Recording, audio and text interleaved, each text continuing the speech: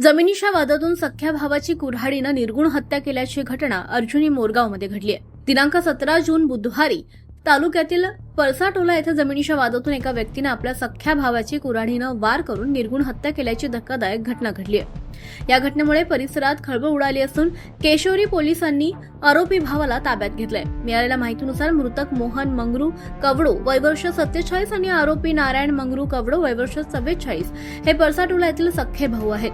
त्यांच्या वडिलांनी शेतीची जमीन दोघांमध्ये विभागून दिली होती। मात्र मोहन कवडो हा वडिलांची देखभाल करत असल्यानं वडिलांच्या वाट्याला आलेल्या शेत जमिनीची मशागतही तोच करीत होता। बुधवारी सकाळी सुमारे 10 वाजण्याच्या दरम्यान मोहन कवडो आपल्या पत्नीसह शेतात गेला असताना आरोपी नारायण कवडो तेथे पोहोचला। वडिलांच्या हिश्श्यातील जमीन आपल्या ताब्यात देण्याच्या मागणीवरून दोघांमध्ये वाद झाला। हा वाद हाणामारीपर्यंत पोहोचला। संतापलेल्या नारायण कवडोने जवळील कुऱ्हाडीनं मोहन कवडो याच्या दोन्ही पायावर वार केले। या हल्ल्यामध्ये मोहन कवडो गंभीर जखमी झाला। मोठ्या प्रमाणात रक्तस्राव झाल्यानं त्याचा घटनास्थळीच मृत्यू झाला।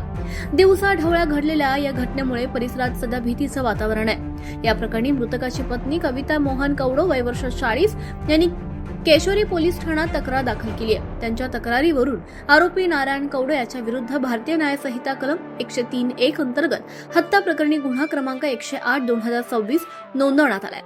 केशोरी पोलिसांनी तात्काळ कारवाई करून आरोपीला ताब्यात घेतलं असून पोलीस निरीक्षक मंगेश काळे यांच्या मार्गदर्शनाखाली पुढील तपास सुरू आहे। महाराष्ट्र 24 एक्सप्रेससाठी अश्विनी जिपकाटे, अर्जुनी मोरगाव।